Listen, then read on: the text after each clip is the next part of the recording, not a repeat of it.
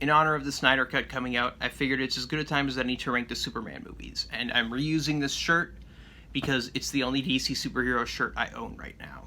Starting off at rock bottom, number 7 is Superman 4: The Quest for Peace. Have you ever seen a really bad movie and then realized that it was directed by someone that you previously respected? That's this movie for me. How the hell did the guy who directed The Entity go on to make this piece of shit? Then again, he also directed Iron Eagle, so whatever. I have nothing nice to say about this movie. It's all bad. All of it. It has no redeeming qualities.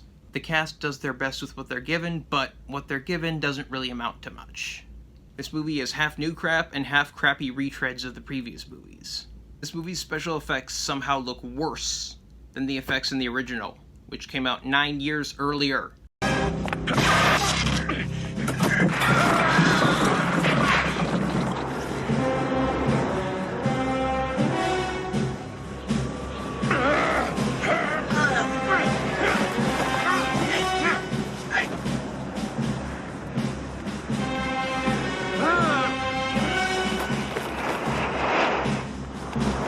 Visual effects are supposed to get better with time, not worse. This movie is only 90 minutes long, but it feels like 3 hours. Then there's Nuclear Man. Oh boy. With the right script and the right director, he could have been a great villain, but instead he was just awful. You want to know the sad part? Nuclear Man's actor, Mark Pillow, never acted in anything else after this movie. His one IMDb credit is Nuclear Man. I wouldn't wish that on anyone. My score is 0.5 out of 5. Number 6 is Superman 3. Unlike The Quest for Peace, this movie has one redeeming quality: evil Superman. The whole sequence with him is pretty good, and the confrontation between him and Clark is actually pretty solid, and it was the only time I ever actually cared about what was going on.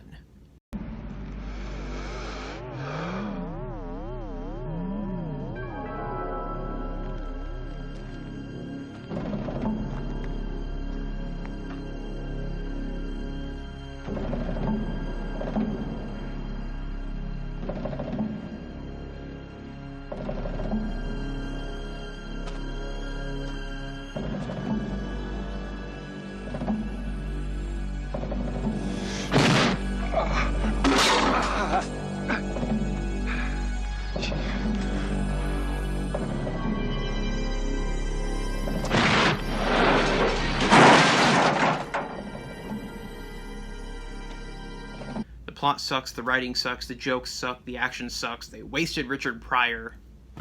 What more is there to say? My score is 1 out of 5. Moving on to the good movies, thankfully, my number 5 is Superman Returns.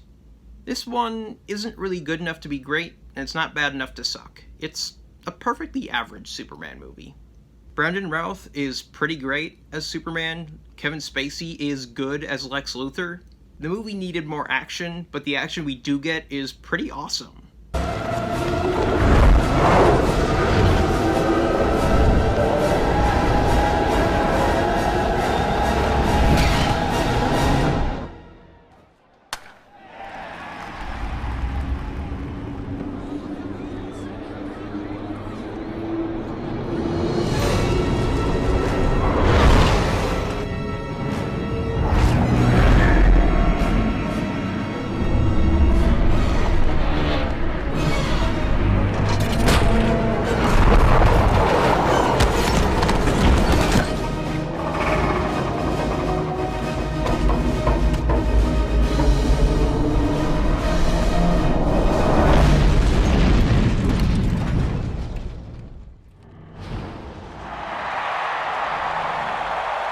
Special effects don't all hold up, but a lot of them still look pretty good, and gives the movie an interesting new visual style. My score is 3 out of 5.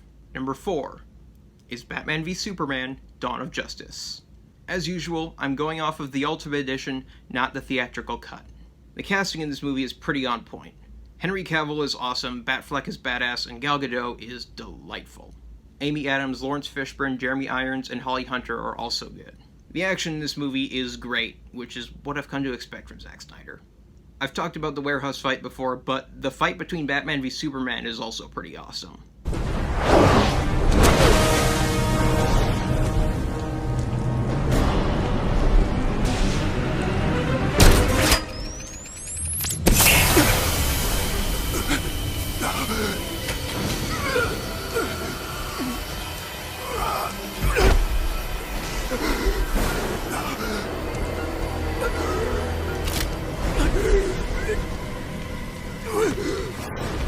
Breathe it in.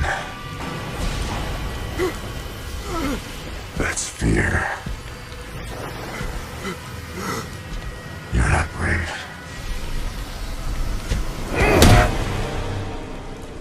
Men are brave.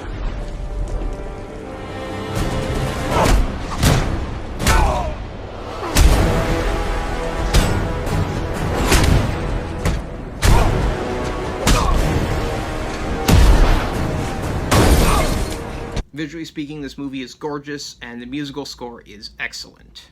My score is 3.25 out of 5. Number 3 is Superman 2. This was already a pretty great movie, but the Richard Donner cut really helped. It's not quite as good as the original overall, but there are certain things it does better. The special effects are better, especially the flying sequences, although the fights between Superman and the other Kryptonians are hit and miss. Pretty much anytime they're flying while they fight, it just looks really awkward, but the rest of it looks fine. Terrence Stamp is excellent as General Zod. I prefer Michael Shannon personally, but Terrence Stamp does a great job. And he's clearly having a lot of fun in the role. Kneel before Zod.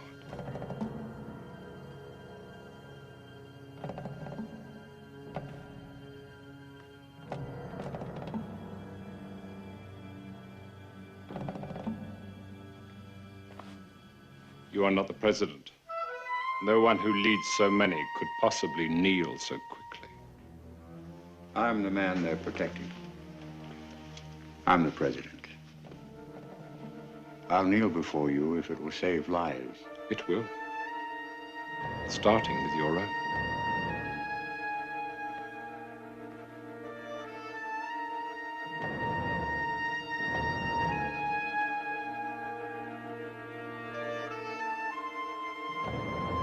What I do now, I do for the sake of the people of the world. But there is one man here on Earth who will never kneel before you. Who is this imbecile? Where is he? I wish I knew.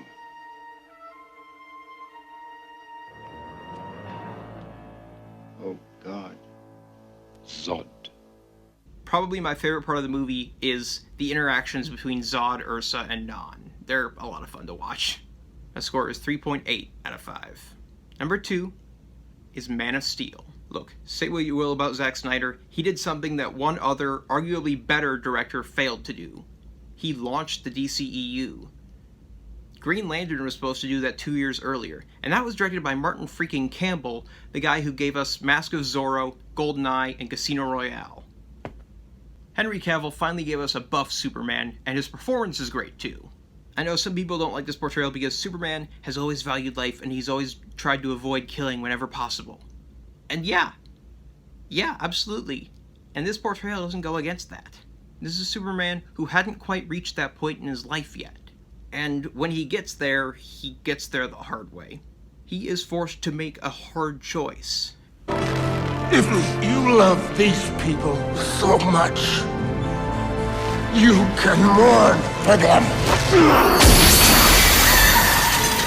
Kill the only other surviving member of his species, or let innocent people die. And here's the thing.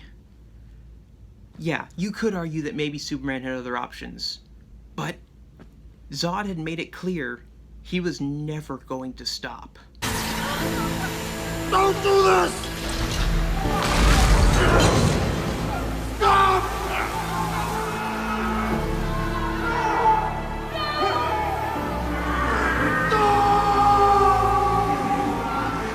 Never. And Superman doesn't have the convenience of throwing Zod into the Phantom Zone like he did in Superman 2. That wasn't an option. What else was he supposed to do?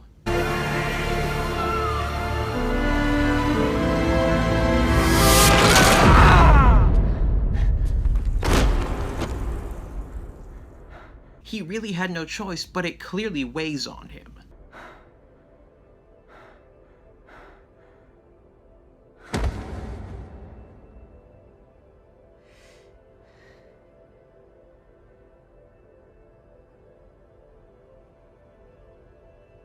You can see the anguish and regret on his face, and you hear it when he screams.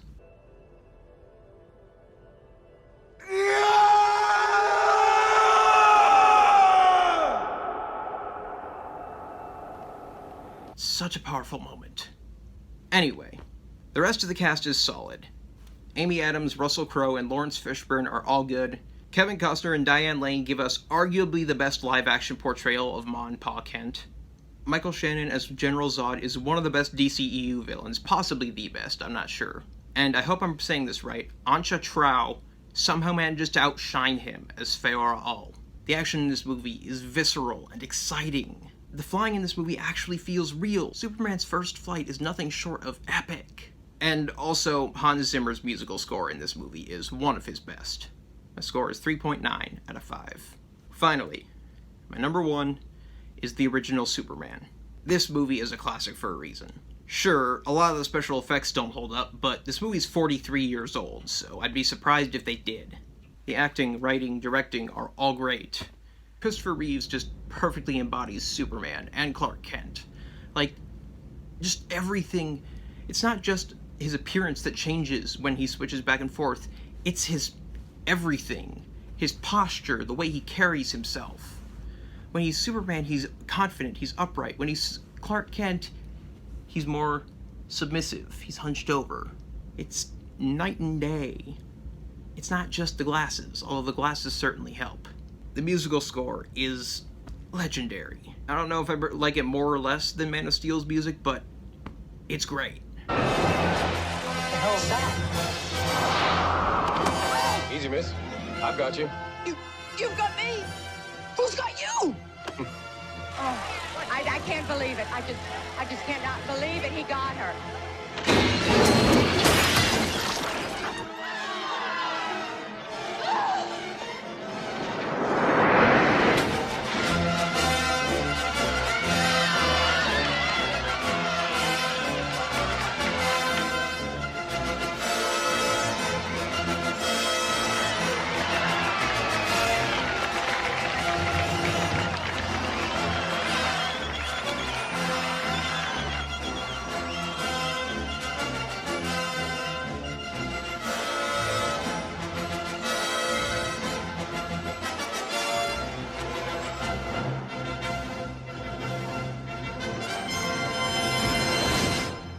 Gentlemen?